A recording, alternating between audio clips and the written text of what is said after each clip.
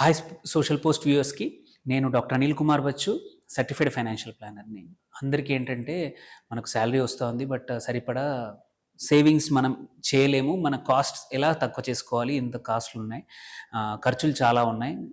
ఈ ఖర్చులు తగ్గించుకొని పొదుపుని ఎలా పెంచుకోవాలని ఎస్పెషల్లీ 20స్‌లో ఉన్నవాళ్ళు ఫస్ట్ ఆర్ 30స్‌లో ఉన్నవాళ్ళు కూడా అడిగే ప్రశ్న అనమాట. చూస్తే ఏది చూసినా చాలా ఎక్స్‌పెన్సివ్‌గా ఉంది. మరి ఇలాంటి టైంలో నేను ఖర్చులు ఎలా తగ్గించుకోవాలి? ఎటువంటి చోట తగ్గించుకోవాలి? ఎలా పొదుపు పెంచుకోవాలి? అనేది చాలామంది అడిగే ప్రశ్న అనమాట. ఖర్చులు ఎలా యాక్చువల్లీ ఏంటంటే ఖర్చులు ఎలా తగ్గించుకోవడం అనేది ఏంటంటే మోస్ట్ ఆఫ్ ద టైమ్ మనము ఆప్షన్స్ వెతుక్కోమనమాట. చాలా కేసుల్లో ఆప్షన్స్ వెతుక్కుంటే చాలా మటుకు ఖర్చులు తగ్గుతాయి. అండ్ ఆల్సో ఇంపార్టెంట్ ఏందంటే విజ్డమ్ మన పెద్దవాళ్ళ విజ్డమ్‌ని కూడా మనం మర్చిపోతా ఉంటాము.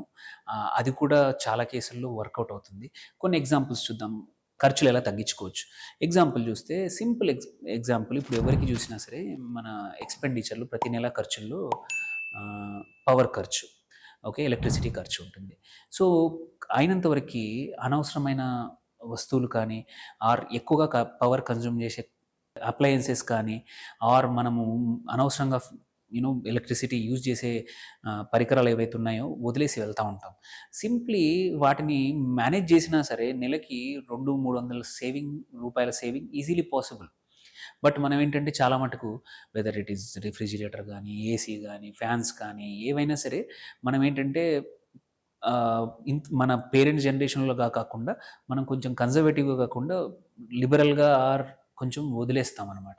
ఆ చిన్న టిప్స్ కూడా ఈజీలీ ఒక 10% పక్కా పవర్ బిల్ అనేది మనకు 1500, 1000 వచ్చే దగ్గర రూ. 900 వచ్చినా, 1300 వచ్చినా ఒక 100, 200, 300, 400 రూపాయలు కూడా స్మాల్ సేవింగ్ అయినా సరే అది సిగ్నిఫికెంట్‌గా over a period of time add అవుతుంది.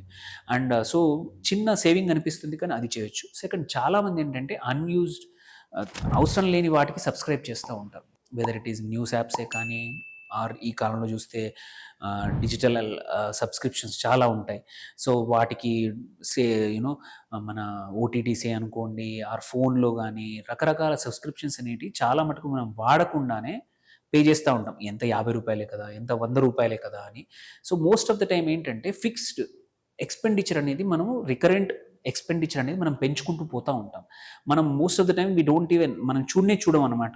అలా చూడకుండా కూడా నెలకి 1500, 2000, రూ. 3000 ఎగ్జాంపుల్ మనం ఎప్పుడో కొన్ని సంవత్సరాల క్రితం ఒక పోస్ట్ పెయిడ్ కనెక్షన్ తీసుకున్నాము ఆర్ ప్రీపెయిడ్ కనెక్షన్ తీసుకున్నాము. ఆప్షన్స్ చూడం ఫోన్‌కి కూడా. సో ప్రతి చోట మీరు చూస్తా ఉంటే ఏంటంటే cheaper plans, efficient plans or competitors కొత్తగా వస్తున్నారు. అవి చూసుకొని మన రెగ్యులర్ ప్రతి మంత్ అయ్యే ఖర్చుని కంపల్సరీ తక్కువ చేసుకోవచ్చు. మనం చూసుకుంటే ఈజీలీ ఇట్లాంటి ఎక్స్‌పెండిచర్ వెదర్ టెలికామ్ ఎక్స్‌పెండిచర్ కానీ, ఇంటర్నెట్‌కి సంబంధించినవి కానీ, డేటా స్టోరేజ్‌కి కానీ వీటన్నిటికి గూడా ప్రతి ఒక్కరం గూడా మనం డబ్బులు పెడతా ఉన్నాం. వాటిని తగ్గించుకున్న ఒక 400, 500 ఈజీగా తెలియకుండానే సేవ్ చేయొచ్చు. సో, ఇదొకటి. మళ్ళీ ఇంకొకటేంటంటే one of the major thing మన ఖర్చుల్లో చూసుకుంటే అండి, మనం ఇంటి నుంచి ఆఫీస్‌కి వెళ్ళే కమ్యూట్ ఖర్చు.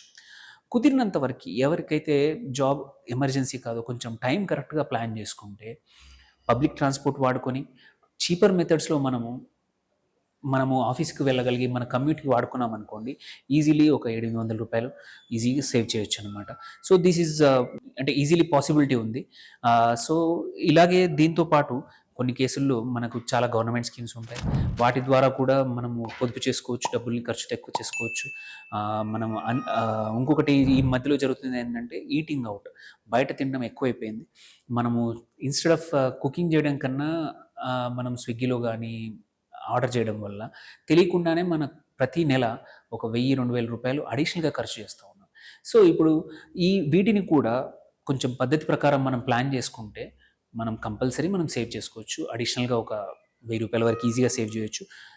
సో, ఇప్పుడు చూసుకున్న చిన్న అంటే ఒక 30, 40 సంపాదించే వ్యక్తి కూడా ఇప్పుడు చెప్పిన 3, 4 చిన్న పద్ధతుల ద్వారా 1500, రూ. 2000 ఈజీగా సేవ్ చేయొచ్చు. ఆ రూ. 2000ని మనం ఒక ఎస్ఐపి ద్వారా మ్యూచువల్ ఫండ్‌లో పెట్టేస్తే ఒక 10, 15 ఇయర్స్‌లో 8-10 లాక్స్ అవుతుంది.